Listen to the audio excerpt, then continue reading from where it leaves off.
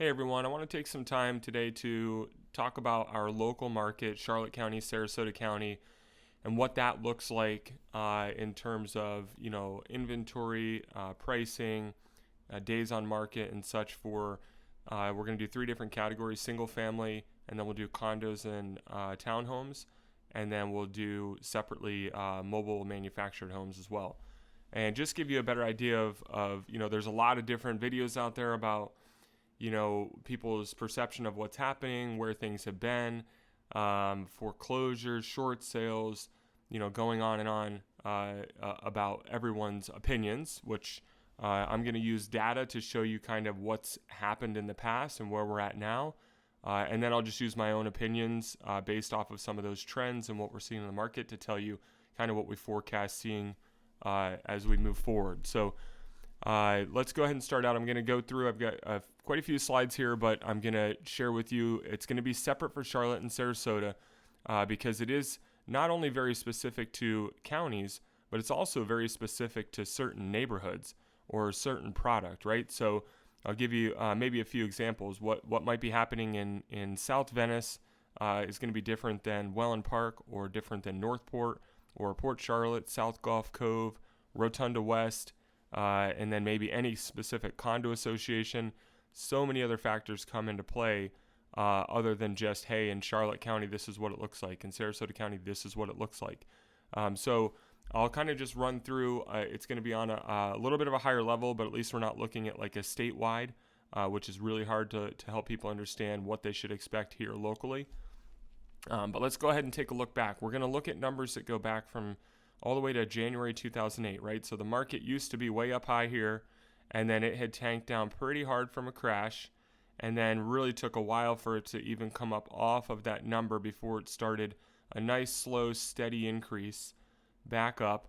And it was really just following inflation and people's stability, right? People were rebuilding themselves, getting themselves in a position where their savings was built back up and they were able to afford getting back into a home. But as that was happening and more buyers were coming back to the market, obviously that drove the pricing back up.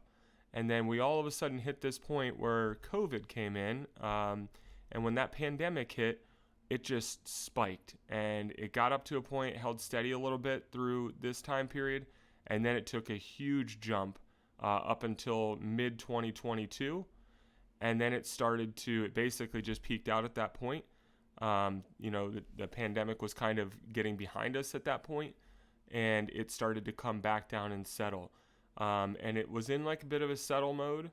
And then what happened is in our area, we experienced a storm, and that was right around this time, Hurricane Ian. And you'll see it just like stalled things out a little bit, pushed some pricing down because, some of the higher end things stopped moving. Quite a few of the homes stopped moving because they had to have roofs replaced, things like that.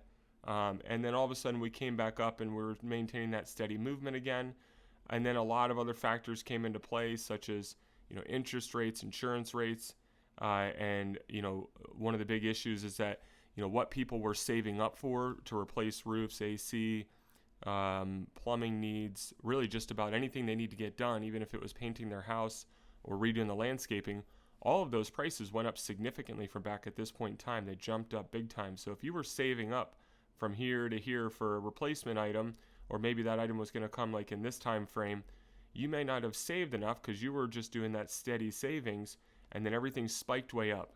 So now people were having to wait longer, or come up with the extra money to be able to take care of those replacement items. So that's one of the things that's hurt like the condo townhome market, is that those associations in many cases were accruing the right amount of money for a replacement that might have happened back in this time frame, but because it was happening up in this time frame, that accrual account didn't quite get high enough, and so they had to come up with the assessment to get it caught up, and then they had to raise the dues to be able to save up for the next one, because we don't know where the pricing is going to be in 5 years, 10 years, 15, 20, and they'd rather have a little bit of a surplus than to be constantly hitting with assessments. So that's put a little bit of damper on the condo market, the townhome market, but it's also brought the pricing back down. You'll see that on some future slides. It's brought that pricing back down so that they become a little bit more affordable on the purchase side, so that people can, manage those payments moving forward. especially since so many of our purchases down here are still cash. They're saving a little bit on the purchase, then the cash they're saving they're using towards that HOA or condo payment. So this just gives you an idea of the Charlotte County average sale price, of how it climbed up and kind of where it's been trying to stabilize itself over the past few years. And then here's Sarasota County. Saw a very similar track, except that it took a really hard dive and then it actually jumped back up quite a bit. And as you can see, it's in the 7 to 800 range, look closer to 7 on the average, where Charlotte was sitting up around the 400. So quite a bit lower when you move from Sarasota to Charlotte County. But again, that's on an average, and you can find homes in Sarasota and Charlotte County that both exceed and are far below where those lines are at currently. Next thing we'll move to is the closed sales. So if all of these jogs you're seeing here, what those are normal seasonal swings. We usually go and get pretty low down in January. By January, the numbers go way down on sales. And then we peak up as we continue moving forward all the way to July. And then it goes down again through January, back up to July, January, July, January, July. You're probably tired of hearing me say that as 2 words, but you can see that goes over and over and over. It looks like, I'm not good with the medical terms, but it looks like a little heart rate thing in the hospital. Just keeps going up and down, up and down, up and down.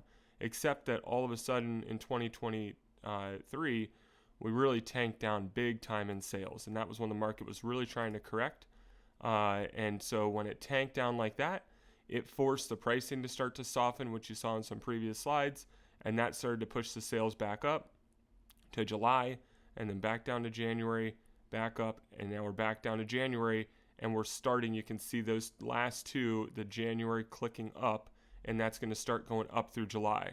So for those people that have been waiting out, since mid last year, and they're getting impatient, frustrated, your opportunity could be right around the corner. There's high inventory, so it's not always going to be you, but if you're priced right and you're a desirable product, and you're offering the right incentives, then you could be the one to move. It might be a different story for the condos and townhomes, which you'll see in some upcoming slides. But for single family homes, your biggest opportunity is really from now through July.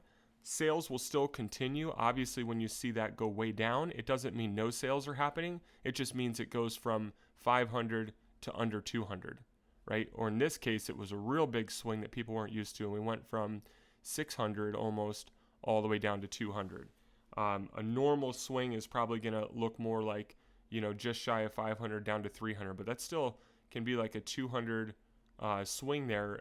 And we did have some smaller swings before that were only about 100 decrease. But that's really what Charlotte County looks like. Sarasota County, really it's the same exact story. You see those same lows, January, and the same peak, July. January, July, so you see that same thing happening. And here we go again. It was going up and kind of jogged down a little bit when we were at January. And that was probably like a end of year. We see that sometimes where people will grab their primary residence before the end of the year so they can claim homestead exemption. So you may see a peak sometimes in December, drops in January, and now it's starting its climb again as we go closer to July. Here's your active inventory. So when you look at it on the state level, we haven't reached like those pandemic level of inventory. But if you look at it as a county, we're actually getting pretty close to that. So back in 2008, we had gotten up over 4,000 listings, active listings in Charlotte County, and we're getting pretty darn close to that right now. So we got pretty low. This was back when prices were like through the roof. It's because there were no options and people were jumping on everything. And they were just, throwing over asking price, whatever it took to get that next house, because they didn't know when the next one was going to be available. And the homes were just selling quicker than they could even get to the market. Now we're seeing that, that slow down, and we're seeing that inventory start to build back up significantly. So we did surpass what was kind of that long-term normal inventory swing, and we're way up and we're on the up. We had a little bit of a dip and we're back climbing again for Charlotte County. And Sarasota County, really the same. The difference is on these scales that you got to watch for when I'm speaking is that, like here, we're up around that 4,000. These numbers over here change from Sarasota to Charlotte. So now you see it was up close to 7,500 in that peak. but we're actually still quite a bit lower right now. We haven't even reached anywhere close to that in Sarasota County as active inventory goes. So for two counties that abut to each other, there's a big difference in that. And it might be similar when you get close to where those two county lines touch, because there's a lot of overflow traffic that people, will consider one county versus the other, or either as an option for them when you're right there on the border. But as you get up into Sarasota, you can tell that that inventory is still back really in line with what we were pre-pandemic. But it's still on the climb, so that could continue to go up some more, and we'll see kind of what that looks like moving forward. Here's the new listings hitting the market. So same thing, we would always build up our inventory, and then it would start to buy down towards July, right? And then we'd build it back up after January through July, and then it would start to go back down. So we're in that same swing where we're building up the inventory, and now you can see there was a big drop from last month. Same thing in Sarasota County, big drop from last month, but the same exact look, except the different numbers in inventory where 600 seemed like more of the normal 4 to 600. Now we're actually trending up quite a bit higher. And then where they were looking at more between 600 to 1,000, maybe up a little bit higher, and now we're reaching up a little bit higher over 1,400. And then these are the new pending sales. So similar story again, where the pendings go up all the way through July, the closings happen, pendings are a little bit less back through January.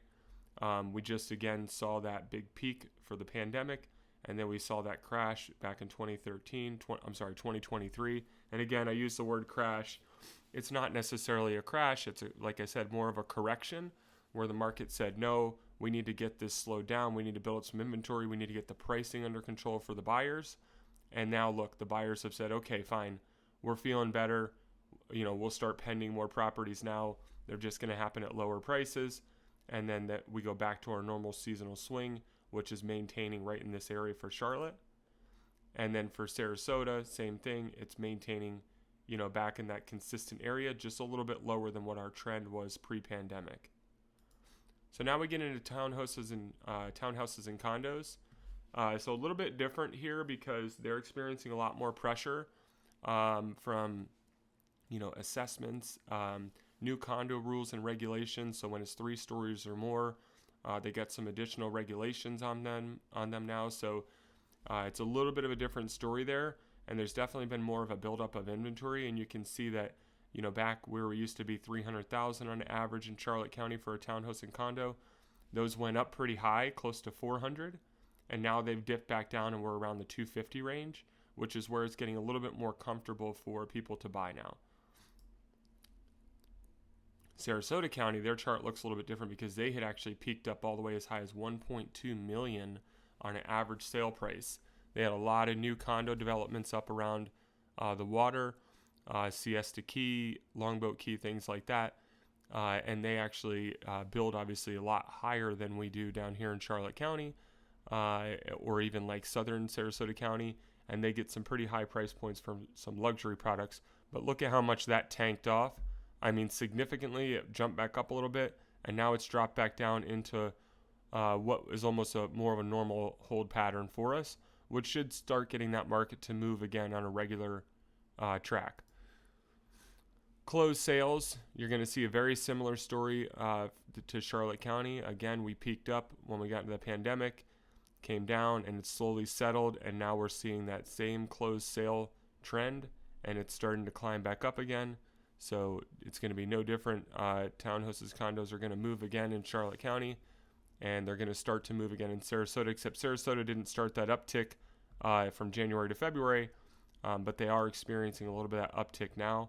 So hopefully we're going to see that same amount, which should get back up to, just over that 400 mark, move some of this inventory, and then it'll settle, and we'll kind of have between now and next season to prepare for the next uptick. Again, aside from any outside factor that we're not aware of, which obviously happens in so many different markets, nobody was aware that a pandemic would do this. But aside from that, really it shows us that we should get back into the same trend that we typically see. Here's your active inventory for townhouses and condos. So again, they're not even close to their pre-market crash or market crash inventory that reached 1,600 almost. But they are getting up there at 1,200, and they've seen a pretty big jump since mid last year till now. It's a pretty significant increase in Charlotte County. Sarasota County the same, taking a pretty big increase in active inventory, but they're still pretty far off from that almost 4,000 to where they're just over 2,500. New listings, big spike there that just recently happened in Charlotte County for townhouses and condos, but now that's kind of slowed down a little bit because a lot of them came on the market. And it's really the identical thing, just two different numbers for Sarasota County, right? Because new listings just over 300, new listings just over 800. So a lot more inventory in Sarasota County, but they also move a higher amount of units than we do typically. New pending sales for townhouses and condos in Charlotte County, again, is back on the rise. Sarasota County, back on the rise. And then that average sales price dropped down. Now we're on the manufactured homes, so I apologize. But now we're looking at the average sale price for manufactured homes. So we saw that, doing its slow climb as well. It looks like a very similar story. They had a lot of issues from storms in our area. And so what ended up happening is that the prices not only came down from the market correction, but also due to a lot of damage that pushed that pricing down as well. But they've been maintaining pretty steady around that 150 mark in Charlotte County. And they're even maintaining pretty steady in that same exact area around 150 for Sarasota County. So I guess there's one thing that those two counties can agree on is pricing for manufactured mobile homes. I mean, it's virtually identical. Just slightly varies on where that data was trending at. But for the chart, that's like one chart that actually stays the same for them as opposed to townhouses, condos, and then single family homes. So here's your closed sales. They've obviously spiked up. Every time we get up to July, they spike up really high. I mean, it's a huge uptick, and that's because we do have a lot of snowbirds that will pick up manufactured homes. It's a nice inexpensive buy for them to have something a little more permanent down here, something they don't have to worry about a ton because they can spend $125,000, $150,000, and they don't have to worry as much about a big asset and liability down here. But we have seen that push down quite a bit, but it's getting back into that normal, swing again. We peaked back down to here, which was really, just over, 12 sales in that one given month, and now it's on its rise again. And then we'll probably see a very similar story for Sarasota County closed sales. It's on that rise again, did a little bit of a dip, but it should start to go back up. Every now and then you'll see that where, it starts to go up towards July from January, and it might drop a little bit and then go back up again. February kind of felt like that a little bit here, and now it feels like it's pushing up for March and then hopefully in April. And then the active inventory is back above that higher point from after the crash. So we got to, eventually get that back down, and that'll help stabilize and get the market balanced a little bit more. But it's just becoming more and more of a buyer's market for manufactured homes than maybe it is for, single family and townhouses and condos. Same with Sarasota County, way over the inventory that they had back in these higher years, actually close to double. So a lot of inventory options to look at out there.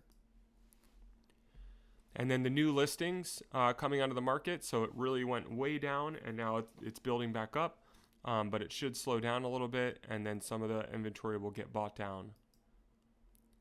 And then same here, new listings for Sarasota County manufactured homes. Looks like a pretty similar chart. And then your new pending sales for Charlotte County manufactured homes back on the rise again, and Sarasota County back on the rise again. And now I want to take you to foreclosure because that's a big topic. So for foreclosures, what we're seeing is that it actually went way, way up after the market had crashed. And then they stayed pretty steady for a while. I remember when I first got licensed, it was right back in February actually, of 2014. I was doing a lot of bank-owned property sales. There were tons of them. But we've actually gone through all of that inventory. And even to now, I mean, there was like a little tiny spike there, but look, the number on this line is 25. and it barely peaked up, but we're really not seeing many of those. But what we're not seeing here is some may be happening, but what's not happening is they're not getting taken back by the bank and put on the market by the bank. Back here is when the bank was the owner and the seller. So when you'd go to look at a home that was on the market, the seller was the bank. There might be some bank-owned things happening in foreclosures, but they're not making it to the general public. They might be getting bought out at the auctions. They might be getting bought out by investment groups. Something else is happening with those, or more people are finding ways to work with their lenders to be able to stabilize and stay in their homes. Sarasota County, same thing, foreclosures. Really back here, it did spike up a little bit recently, but then it dropped right back down. And then short sales is really the same story. It went really high back from the market crash, and it's just maintaining this consistency along the bottom line now. And again, same thing for Sarasota County. So there's not a lot to worry about when it comes to the short sale foreclosure, although those still do happen. And if you're in a position that you want to understand that better, reach out to a professional that has experience, someone that maybe experienced it back in this time. I had done a lot of short sales and foreclosures back, around this time. And then we have plenty of people with our company that have. So talk about what that might look like, that process, if you think you need to go through that. But otherwise, the market seems stable enough that it's keeping those from flooding the market again. So hopefully this data helps out. If there's ever any questions, feel free to reach out to us or a professional that you might know, and we'll be happy to clarify a little bit more. But again, make sure that you're being specific to the community and the product that you have to offer, or the community and the product that you're specifically looking to buy in. Be specific to that community. Don't look at it as a whole. Don't take these crazy videos that are saying, "Oh my gosh, the world's falling apart," or "Oh my gosh, everything's amazing." It's not one extreme or the other for every single person. It's each individual has a different story, has a different game plan, different timeline in place, and we have to just help guide you so that you can accomplish it within, reasonable expectation. All right, well, thanks everybody. Appreciate your time. Brian Farrow, Paradise Exclusive Real Estate, here to help any way that we can.